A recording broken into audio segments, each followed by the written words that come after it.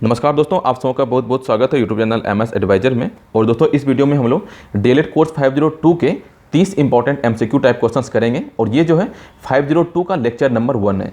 जैसा कि दोस्तों इसके पिछले वीडियो में हम लोगों ने 501 के 3 लेक्चर में 30 इंपॉर्टेंट जो है एमसीक्यू टाइप क्वेश्चंस किया था। अगर दोस्तों आपने उस वीडियो को नहीं देखा है तो उस वीडियो का लिंक जो है आपको इस वीडियो के डिस्क्रिप्शन में मिल जाएगा, आप वहाँ डायरेक्ट जाकर उस वीडियो को देख लें। और दोस्तों ये जितने भी क्वेश्चंस कराए जा रहे हैं ये सारे क्वेश्चंस जो काफ़ी इंपॉर्टेंट क्वेश्चंस हैं आपके फाइनल एग्जाम को लेके। इसलिए दोस्तों अगर आपने ये सब क्वेश्चंस नहीं किया है तो इन सभी क्वेश्चंस को जरूर आप अच्छे तरीके से कर लें, ताकि आपको फाइनल एग्जाम में जो है एमसीक्यू टाइप क्वेश्चंस में कोई भी दिक्कत ना हो। और दोस्तों ये जितने भी क्वेश्चंस कराए जा रहे हैं ये सारे क्वेश्चंस हैं जो भी आपका स्टडी मटेरियल है उससे लिया गया है, या फिर जो भी क्वेश्चन स्वयं पे पूछे गए, या फिर जो भी आपका सैंपल क्वेश्चन पेपर आया हुआ है उसी से ये सारे क्वेश्चंस निकाले गए हैं। तो चलिए दोस्तों आज का जो भी 30 क्वेश्चंस है उसको पहले हम लोग कर लेते हैं। दोस्तों क्वेश्चंस करने से पहले आपसे रिक्वेस्ट है कि अगर आपने इस वीडियो को अभी तक लाइक नहीं किया है तो प्लीज़ इसे लाइक कर दें और अपने फ्रेंड के साथ भी इस वीडियो को शेयर करें, ताकि यहाँ पे जितने भी शिक्षक हैं सभी तक ये वीडियो पहुँच सके, सभी तक ये क्वेश्चंस पहुँच सके और सभी जो अपनी तैयारी को अच्छे तरीके से कर सके। और ये जितने भी क्वेश्चंस हैं ये जो 502 से लिया गया है, इसमें अगर पहला क्वेश्चन देखें तो दिया गया है शिक्षण क्या है। इसके लिए यहाँ पे देखें तो 4 ऑप्शन यहाँ पे दिए गए हैं, जिसमें कि ऑप्शन ए दिया गया है कक्षा में सीखने के लिए शिक्षक जो कुछ कराता है वह शिक्षण है। ऑप्शन बी दिया गया है कक्षा में बच्चों से बातचीत करना। ऑप्शन सी दिया गया है बच्चों को मैदान में पढ़ाना। ऑप्शन डी दिया गया है इसमें से कोई नहीं। तो इसमें आपको जो भी सही आंसर लगता है वो आप नीचे कमेंट बॉक्स में कमेंट कर सकते हैं। तो दोस्तों आप यहाँ पे कमेंट करके जरूर बताएं, ताकि आपको भी यहाँ पे पता चल सके कि आपने यहाँ पे कितना क्वेश्चन सही किया है, कितना क्वेश्चन गलत किया है, और आपने जो है अभी तक में यहाँ पे कितना तैयारी किया है। और दोस्तों लास्ट में आप ये भी कमेंट करके बताएं कि आपने यहाँ पे कितना क्वेश्चन सही किया था। तो इसका जो दोस्तों सही जो आंसर होगा वो है ऑप्शन ए, यानी कि कक्षा में सीखने के लिए शिक्षक जो कुछ कराता है वह शिक्षण है। और फिर अगला जो क्वेश्चन दिया गया यानी क्वेश्चन नंबर 2 जो दिया गया है, बैंकिंग शिक्षा किस उपागम का उदाहरण है। इसके लिए अगर यहाँ पे देखें तो 4 ऑप्शन यहाँ पे दिए गए हैं, जिसमें कि ऑप्शन ए दिया गया है अध्यापक केंद्रित। ऑप्शन बी दिया गया है विषय वस्तु केंद्रित। ऑप्शन सी दिया गया है अध्यक्षता केंद्रित। ऑप्शन डी दिया गया है इसमें से कोई नहीं। तो इसमें आपको जो भी सही आंसर लगता है वो आप बता सकते हैं। इसका जो सही जो आंसर है वो है ऑप्शन ए, यानी कि अध्यापक केंद्रित। तो इसमें बैंकिंग शिक्षा जो है वो अध्यापक केंद्रित उपागम का उदाहरण है। और फिर अगला जो क्वेश्चन दिया गया यानी क्वेश्चन नंबर 3 जो दिया गया है, निम्न में से कौन सा एक अध्यापक केंद्रित विधि है। इसके लिए यहाँ पे देखें तो 4 ऑप्शन यहाँ पे दिए गए, जिसमें कि ऑप्शन ए दिया गया है व्याख्यान विधि। ऑप्शन बी दिया गया है प्रदर्शन विधि। ऑप्शन सी दिया गया है आगमन व निगमन। ऑप्शन डी दिया गया है उपयुक्त में से कोई नहीं। तो इसका जो सही जो आंसर है वो है ऑप्शन बी, यानी कि प्रदर्शन विधि। और फिर अगला जो क्वेश्चन दिया गया यानी क्वेश्चन नंबर 4 जो दिया गया है, निम्न में से खेल विधि की क्या विशेषता है। तो इसकी क्या विशेषता है वो आपको बताना है। इसके लिए यहाँ पे देखें तो 4 ऑप्शन यहाँ पे दिए गए, जिसमें कि ऑप्शन ए दिया गया है यह महंगा विधि है। ऑप्शन बी दिया गया है गणित व विज्ञान की समझ बढ़ती है। ऑप्शन सी दिया गया है सीखना स्वाभाविक आनंददायी ऊर्जावान व अनुभवकारी होता है। ऑप्शन डी दिया गया है उपयुक्त सभी। तो इसमें आपको जो भी सही आंसर लगता है वो आप बता सकते हैं। इसका जो सही जो आंसर होगा वो है ऑप्शन सी, यानी कि सीखना स्वाभाविक आनंददायी ऊर्जावान व अनुभवकारी होता है। और फिर अगला जो क्वेश्चन दिया गया यानी क्वेश्चन नंबर 5 जो दिया गया है, सीखने पर केंद्रित शिक्षा कब तक चलती है। इसके लिए यहाँ पे देखें तो 4 ऑप्शन यहाँ पे दिए गए हैं, जिसमें कि ऑप्शन ए दिया गया है कक्षा तक। ऑप्शन बी दिया गया है नौकरी मिलने तक। ऑप्शन सी दिया गया है 12 वर्षों तक। ऑप्शन डी दिया गया है जीवन पर्यंत तक। तो इसमें आपको बताना है कि सीखने पर केंद्रित शिक्षा कब तक चलती है। तो इसका जो सही जो आंसर है वो है ऑप्शन डी, यानी कि जीवन पर्यंत तक। और फिर अगला जो क्वेश्चन दिया गया यानी क्वेश्चन नंबर 6 जो दिया गया है, संयोगिक विद्यार्थी समूह का निर्माण कैसे होता है। इसके लिए यहाँ पे देखें तो 4 ऑप्शन यहाँ पे दिए गए, जिसमें कि ऑप्शन ए दिया गया है लॉटरी से। ऑप्शन बी दिया गया है रोल नंबर से। ऑप्शन सी दिया गया है नाम के अल्फाबेट से। ऑप्शन डी दिया गया है उपयुक्त सभी। तो इसमें आपको जो भी सही आंसर लग रहा है वो आप नीचे बता सकते हैं। इसका जो सही जो आंसर है वो है ऑप्शन डी, यानी कि उपयुक्त सभी। तो इसमें जो ऑप्शन ए बी सी जो दिया गया है ये तीनों बिल्कुल सही है। और फिर अगला जो क्वेश्चन दिया गया यानी क्वेश्चन नंबर 7 जो दिया गया है, प्रारंभिक विद्यालयों में शिक्षण सहायक सामग्री को खरीदने या विकसित करने के लिए धन उपलब्ध कौन कराता है। तो इसके लिए यहाँ पे देखें तो 4 ऑप्शन यहाँ पे दिए गए, जिसमें कि ऑप्शन ए दिया गया है भारत सरकार। ऑप्शन बी दिया गया है राज्य सरकार। ऑप्शन सी दिया गया है सर्व शिक्षा अभियान। ऑप्शन डी दिया गया है अस्थायी स्तर पर। इसका जो सही जो आंसर है वो है ऑप्शन सी, यानी कि सर्व शिक्षा अभियान। और फिर अगला जो क्वेश्चन दिया गया है यानी कि क्वेश्चन नंबर 8 जो दिया गया है, योग्यता के आधार पर विद्यार्थियों के कितने समूह बनाए जा सकते हैं।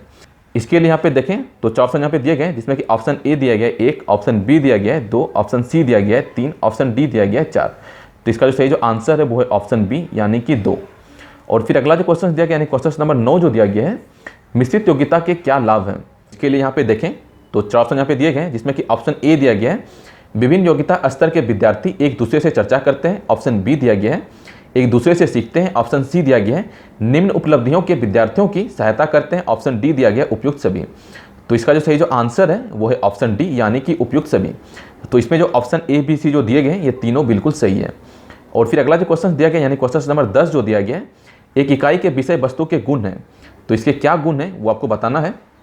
इसके लिए यहाँ पे देखें तो 4 ऑप्शन यहाँ पे दिए गए, जिसमें कि ऑप्शन ए दिया गया है एक समान सिद्धांत, ऑप्शन बी दिया गया है प्रक्रिया व समस्या, ऑप्शन सी दिया गया है उद्देश्यपूर्ण रूप, ऑप्शन डी दिया गया है उपयुक्त सभी। तो इसका जो सही जो आंसर है वो है ऑप्शन डी यानी कि उपयुक्त सभी। तो इसमें जो ऑप्शन ए बी सी जो दिए गए ये तीनों बिल्कुल सही है। और फिर अगला जो क्वेश्चन दिया गया यानी क्वेश्चन नंबर 11 जो दिया गया है, सामान्यतया सुविधा वंचित बच्चे किसे माना जाता है। इसके लिए यहाँ पे देखें तो 4 ऑप्शन यहाँ पे दिए गए, जिसमें कि ऑप्शन ए दिया गया है अनुसूचित जाति, ऑप्शन बी दिया गया है अनुसूचित जनजाति, ऑप्शन सी दिया गया है अल्पसंख्यक, ऑप्शन डी दिया गया है उपयुक्त में से सभी। तो इसका जो सही जो आंसर है वो है ऑप्शन डी यानी कि उपयुक्त सभी। तो इसमें जो ऑप्शन ए बी सी जो दिए गए ये तीनों बिल्कुल सही है। और फिर अगला जो क्वेश्चन दिया गया यानी क्वेश्चन नंबर 12 जो दिया गया है, कस्तूरबा गांधी बालिका विद्यालय के बारे में क्या सत्य है। तो इसके बारे में यहाँ पे क्या सही है वो आपको बताना है। इसके लिए यहाँ पे देखें तो 4 ऑप्शन यहाँ पे दिए गए, जिसमें कि ऑप्शन ए दिया गया है यह शैक्षिक रूप से पिछड़े ब्लॉक जहां ग्रामीण महिला साक्षरता 30% से कम है, ऑप्शन बी दिया गया है शहरी क्षेत्र जहां महिला साक्षरता राष्ट्रीय महिला साक्षरता यानी शहरी से कम है, और ऑप्शन सी दिया गया है अल्पसंख्यक बहुल क्षेत्र में, ऑप्शन डी दिया गया है उपयुक्त सभी। तो इसका जो सही जो आंसर है वो है ऑप्शन डी यानी कि उपयुक्त सभी। तो इसमें जो ऑप्शन ए बी सी जो दिए गए ये तीनों बिल्कुल सही है। और फिर अगला जो क्वेश्चन दिया गया यानी क्वेश्चन नंबर 13 जो दिया गया है, संविधान का कौन सा अनुच्छेद प्राथमिक स्तर पर मातृभाषा में शिक्षण हेतु सुविधाएं प्रदान करता है। तो इसके लिए यहाँ पे देखें तो 4 ऑप्शन यहाँ पे दिए गए, जिसमें कि ऑप्शन ए दिया गया है अनुच्छेद 15, ऑप्शन बी दिया गया है अनुच्छेद 350A, ऑप्शन सी दिया गया है अनुच्छेद 29, ऑप्शन डी दिया गया है अनुच्छेद 30। तो इसका जो सही जो आंसर है वो है ऑप्शन बी यानी कि अनुच्छेद 350A। और फिर अगला जो क्वेश्चन दिया गया यानी क्वेश्चन नंबर 14 जो दिया गया है, निम्नलिखित में से किन परिस्थितियों में अधिगम के रूप में निर्धारण संभव है। तो इसके लिए यहाँ पे देखें तो 4 ऑप्शन यहाँ पे दिए गए, जिसमें कि ऑप्शन ए दिया गया है इकाई परीक्षण, ऑप्शन बी दिया गया है समूह परीक्षण, ऑप्शन सी दिया गया है सहयोगी अधिगम, ऑप्शन डी दिया गया है समूह अधिगम। तो इसका जो सही जो आंसर है वो है ऑप्शन डी यानी कि समूह अधिगम। और फिर अगला जो क्वेश्चन दिया गया यानी क्वेश्चन नंबर 15 जो दिया गया है, निम्नलिखित में से कौन सा अधिगम के निर्धारण का उदाहरण नहीं है। तो इसके लिए यहाँ पे देखें तो 4 ऑप्शन यहाँ पे दिए गए, जिसमें कि ऑप्शन ए दिया गया है वार्षिक परीक्षा, ऑप्शन बी दिया गया है गृह कार्य का निर्धारण, ऑप्शन सी दिया गया है छात्रवृत्ति की परीक्षा, ऑप्शन डी दिया गया है उपयुक्त सभी। तो इसका जो सही जो आंसर है वो है ऑप्शन बी यानी कि गृह कार्य का निर्धारण। और अगला जो क्वेश्चन दिया गया यानी क्वेश्चन नंबर 16 जो दिया गया है, इकाई परीक्षा के बारे में क्या सत्य है। तो इसके बारे में क्या सही है वो आपको बताना है। इसके लिए यहाँ पे देखें तो 4 ऑप्शन यहाँ पे दिए गए, जिसमें कि ऑप्शन ए दिया गया है यह एक प्रकार का रचनात्मक आकलन है, ऑप्शन बी दिया गया है विद्यार्थी को कठिनाई पहचानने में मदद करता है, ऑप्शन सी दिया गया है वैकल्पिक पाठ योजना बनाने में मदद करता है, ऑप्शन डी दिया गया है उपयुक्त सभी। तो इसका जो सही जो आंसर होगा वो है ऑप्शन डी यानी कि उपयुक्त सभी। तो इसमें जो ऑप्शन ए बी सी जो दिए गए हैं ये तीनों बिल्कुल सही हैं। दोस्तों अगर आप यहाँ पे देखें तो जितने भी क्वेश्चंस कराए जा रहे हैं ये सारे क्वेश्चंस जो भी आपके स्वयं पे टेस्ट हुए थे, स्वयं पे पूछे गए थे, और ये सारे क्वेश्चंस जो मैंने पहले भी कराया था 1 मंथ पहले, जो कि मैंने आपको एमसीक्यू टाइप क्वेश्चंस कराया था तो उसमें भी कराया था।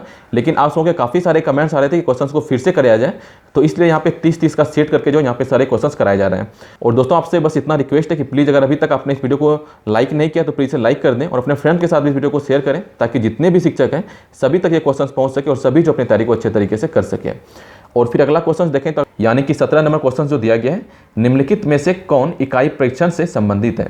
इसके लिए यहाँ पे देखें तो 4 ऑप्शन यहाँ पे दिए गए, जिसमें कि ऑप्शन ए दिया गया है अध्यापक द्वारा पूर्ण नियंत्रण होना, ऑप्शन बी दिया गया है सुधारात्मक उद्देश्य के लिए उपयोग किया जाना, ऑप्शन सी दिया गया है परिणाम को अभिभावकों से अवगत कराना, ऑप्शन डी दिया गया है उपयुक्त सभी। तो इसका जो सही जो आंसर है वो है ऑप्शन डी यानी कि उपयुक्त सभी। तो इसमें जो ऑप्शन ए बी सी जो दिए गए ये तीनों बिल्कुल सही है। और फिर अगला जो क्वेश्चन दिया गया यानी क्वेश्चन नंबर 18 जो दिया गया है, अधिगम में अवलोकन का अभिप्राय है। तो इसके लिए यहाँ पे देखें तो 4 ऑप्शन यहाँ पे दिए गए, जिसमें कि ऑप्शन ए दिया गया है मानव अधिगम की प्राकृतिक विधि है, ऑप्शन बी दिया गया है यह व्यक्ति के विशिष्ट लक्षणों पर केंद्रित होता है, ऑप्शन सी दिया गया है अवलोकन से सीखना व याद करना सहज हो जाता है, ऑप्शन डी दिया गया है उपयुक्त सभी। तो इसका जो सही जो आंसर है वो है ऑप्शन डी यानी कि उपयुक्त सभी। तो इसमें जो ऑप्शन ए बी सी जो दिए गए ये तीनों बिल्कुल सही है। और फिर अगला जो क्वेश्चन दिया गया यानी क्वेश्चन नंबर 19 जो दिया गया है, सीखने की सहभागिता विधि के क्या क्या लाभ हैं। तो इसके क्या क्या लाभ हैं वो आपको बताना है। इसके लिए यहाँ पे देखें तो ऑप्शन यहाँ पे दिए गए, जिसमें कि ऑप्शन ए दिया गया है सक्रिय व अर्थपूर्ण अधिगम, ऑप्शन बी दिया गया है आपस में अनुभव बांटना, ऑप्शन सी दिया गया है सामाजिक गुणों का विकास, ऑप्शन डी दिया गया है उपयुक्त सभी। तो इसका जो सही जो आंसर है वो है ऑप्शन डी यानी कि उपयुक्त सभी। तो इसमें जो ऑप्शन ए बी सी जो दिए गए हैं ये तीनों बिल्कुल सही है। और फिर अगला जो क्वेश्चन दिया गया, यानी क्वेश्चन नंबर 20 जो दिया गया है, खोजपूर्ण अधिगम को कैसे प्रोत्साहित किया जा सकता है। इसके लिए यहाँ पे देखें तो 4 ऑप्शन दिए गए हैं, जिसमें कि ऑप्शन ए दिया गया है समस्या रखें और समाधान ढूंढने को कहें, ऑप्शन बी दिया गया है बच्चों को स्वयं आगे बढ़कर चीज़ों को सोचना, ऑप्शन सी दिया गया है पाठ बच्चों की प्रक्रिया आधारित होना चाहिए, ऑप्शन डी दिया गया उपयुक्त सभी। तो इसका जो सही जो आंसर है वो है ऑप्शन डी, यानी कि उपयुक्त सभी। तो इसमें जो ऑप्शन ए बी सी जो दिए गए हैं तीनों बिल्कुल सही है। और फिर अगला जो क्वेश्चन दिया गया, यानी क्वेश्चन नंबर 21 जो दिया गया है, आकलन परिणामों का विश्लेषण किया जा सकता है।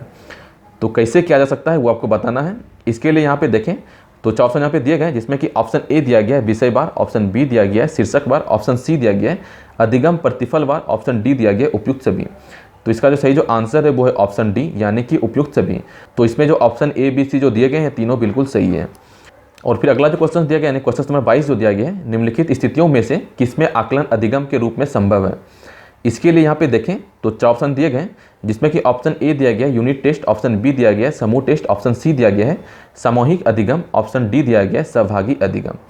तो इसका जो सही जो आंसर है वो है ऑप्शन ए, यानी कि यूनिट टेस्ट। और फिर अगला जो क्वेश्चन दिया गया है, यानी कि क्वेश्चन नंबर 23 जो दिया गया है, गुणात्मक आंकड़ों के विश्लेषण हेतु आप निम्नलिखित में से कौन से उपकरण का प्रयोग करेंगे। इसके लिए यहाँ पे देखें तो 4 ऑप्शन यहाँ पे दिए गए, जिसमें कि ऑप्शन ए दिया गया है प्राप्ति परीक्षण, ऑप्शन बी दिया गया है फोकस समूह चर्चा, ऑप्शन सी दिया गया है प्रश्नावली, ऑप्शन डी दिया गया है सर्वेक्षण चेकलिस्ट। तो इसका जो सही जो आंसर है वो है ऑप्शन सी, यानी कि प्रश्नावली। और फिर अगला जो क्वेश्चन दिया गया, यानी क्वेश्चन नंबर 24 जो दिया गया है, कक्षा कक्ष प्रक्रिया का मुख्य तत्व है। तो इसका क्या मुख्य तत्व है वो आपको बताना है। इसके लिए यहाँ पे देखें तो 4 ऑप्शन दिए गए, जिसमें कि ऑप्शन ए दिया गया है अपेक्षित अधिगम प्रतिफल, ऑप्शन बी दिया गया है कक्षा शिक्षण, ऑप्शन सी दिया गया है विद्यार्थियों के अधिगम का आकलन, ऑप्शन डी दिया गया है उपयुक्त सभी। तो इसका जो सही जो आंसर है वो है ऑप्शन डी, यानी कि उपयुक्त सभी। तो इसमें जो ऑप्शन ए बी सी जो दिए गए हैं तीनों बिल्कुल सही है। और फिर अगला जो क्वेश्चन दिया गया, यानी क्वेश्चन नंबर 25 जो दिया गया है, विद्यालयों में बच्चों के अपवंचित होने का मुख्य कारण है। तो इसका क्या मुख्य कारण है वो आपको बताना है। इसके लिए यहाँ पे 4 ऑप्शन दिए गए, जिसमें कि ऑप्शन ए दिया गया है उनकी आर्थिक स्थिति, ऑप्शन बी दिया गया है उनकी सांस्कृतिक स्थिति, ऑप्शन सी दिया गया है उनकी सामाजिक स्थिति, और ऑप्शन डी दिया गया है उनके घर के सामाजिक सांस्कृतिक संदर्भ तथा विद्यालय वातावरण के बीच मेल ना होना। तो इसका जो सही जो आंसर होगा वो है ऑप्शन डी, यानी कि उनके घर के सामाजिक सांस्कृतिक संदर्भ तथा विद्यालय वातावरण के बीच मेल ना होना। तो ये इसका सही आंसर है। और फिर अगला जो क्वेश्चन दिया गया, यानी क्वेश्चन नंबर 26 जो दिया गया है, कक्षा में अनुशासन बनाए रखने के लिए निम्नलिखित में से कौन सा उत्तम तरीका है। तो क्या उत्तम तरीका है वो आपको बताना है। इसके लिए यहाँ पे देखें तो 4 ऑप्शन यहाँ पे दिए गए, जिसमें कि ऑप्शन ए दिया गया है विद्यार्थियों में से एक बलशाली मॉनिटर होना, ऑप्शन बी दिया गया है कक्षा में पढ़ाए गए पाठ पर विभिन्न प्रकार की गतिविधियां देना, ऑप्शन सी दिया गया है शरारती बच्चों को कक्षा से अलग करना, ऑप्शन डी दिया गया है समस्याजनक बच्चों के व्यवहार में सुधार हेतु अधिक समय व्यतीत करना। तो इसका जो सही जो आंसर है वो है ऑप्शन बी, यानी कि कक्षा में पढ़ाए गए पाठ पर विभिन्न प्रकार की गतिविधियां देना। तो ये इसका सही आंसर है। और फिर अगला जो क्वेश्चन दिया गया, यानी क्वेश्चन नंबर 27 जो दिया गया है, समेकित पाठ्य पुस्तक के मुख्य रूप से बल देती है। इसके लिए यहाँ पे देखें तो 4 ऑप्शन दिए गए, जिसमें कि ऑप्शन ए दिया गया है शिक्षण से अधिक अधिगम पर, ऑप्शन बी दिया गया है अधिगम से अधिक शिक्षण पर, ऑप्शन सी दिया गया है विद्यार्थियों को दंड की अपेक्षा पुरस्कृत करना, ऑप्शन डी दिया गया है विद्यार्थियों पर बोझ कम करना। तो इसका जो सही जो आंसर है वो है ऑप्शन ए, यानी कि शिक्षण से अधिक अधिगम पर।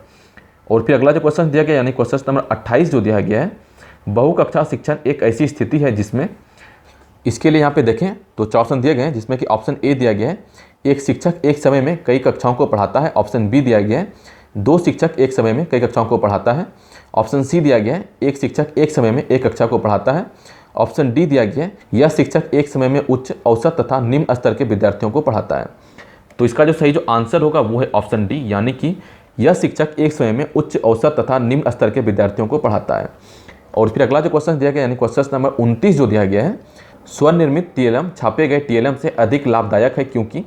इसके लिए यहाँ पे 4 ऑप्शन दिए गए, जिसमें कि ऑप्शन ए दिया गया है यह कम मूल्य का होता है, ऑप्शन बी दिया गया है यह सरलता से उपलब्ध है, ऑप्शन सी दिया गया है यह विद्यार्थियों में कौशल विकास करने में सहायक है, ऑप्शन डी दिया गया है विद्यार्थी तथा शिक्षक इसका प्रयोग करने में कठिनाई का अनुभव नहीं करता है। तो इसका जो सही जो आंसर है वो है ऑप्शन सी, यानी कि यह विद्यार्थियों में कौशल विकास करने में सहायक है। और फिर अगला जो क्वेश्चन दिया गया, यानी क्वेश्चन नंबर 30 जो दिया गया है, ये जो लास्ट क्वेश्चन है, निम्नलिखित में से क्या कक्षा कक्ष वातावरण का मूल तत्व नहीं है। तो क्या मूल तत्व नहीं है वो आपको बताना है। इसके लिए यहाँ पे देखें तो 4 ऑप्शन दिए गए हैं, जिसमें कि ऑप्शन ए दिया गया है शिक्षक, ऑप्शन बी दिया गया है विद्यार्थी, ऑप्शन सी दिया गया है भौतिक अवस्थाएं, ऑप्शन डी दिया गया है अभिभावक। तो इसका जो सही जो आंसर है वो है ऑप्शन डी, यानी कि अभिभावक। तो दोस्तों ये था आज का 30 इंपॉर्टेंट क्वेश्चंस। दोस्तों कैसा लगा आपको वीडियो, आप नीचे कमेंट बॉक्स में कमेंट करके जरूर बताएं। और दोस्तों आगे इसी तरह से हम लोग 502 के जितने भी लेक्चर्स बनते हैं उसको भी यहाँ पे करेंगे, और 501 में जो है कुछ लेक्चर बाकी रह गए उसको भी यहाँ पे करेंगे, और 503 के जो भी लेक्चर्स हैं उसको भी यहाँ पे करेंगे। तो इसी तरह से हम लोग जो है डेली कुछ ना कुछ क्वेश्चंस यहाँ पे करेंगे। और दोस्तों इसी तरह के वीडियो के साथ बढ़ने के लिए आप इस चैनल को सब्सक्राइब कर दें। अगर अभी तक आपने इस चैनल को सब्सक्राइब नहीं किया है तो वीडियो के नीचे आपको सब्सक्राइब का लाल बटन दिख रहा होगा, उसको आप क्लिक कर दें। उसके बाद एक नोटिफिकेशन का बेल है उसे भी क्लिक कर दें, तो उससे हमारा आने वाला वीडियो आपको बिल्कुल फ्री में सबसे पहले मिलता रहेगा। और दोस्तों आपसे रिक्वेस्ट है कि इस वीडियो को लाइक और शेयर जरूर करें, ताकि जितने भी शिक्षक हैं सभी तक ये क्वेश्चन पहुंच सके और सभी अपनी तैयारी को अच्छे तरीके से कर सकें। तो मिलते हैं एक नई वीडियो के साथ, तब तक अपना ख्याल रखें। और दोस्तों इस वीडियो को देखने के लिए आप सबका बहुत बहुत धन्यवाद।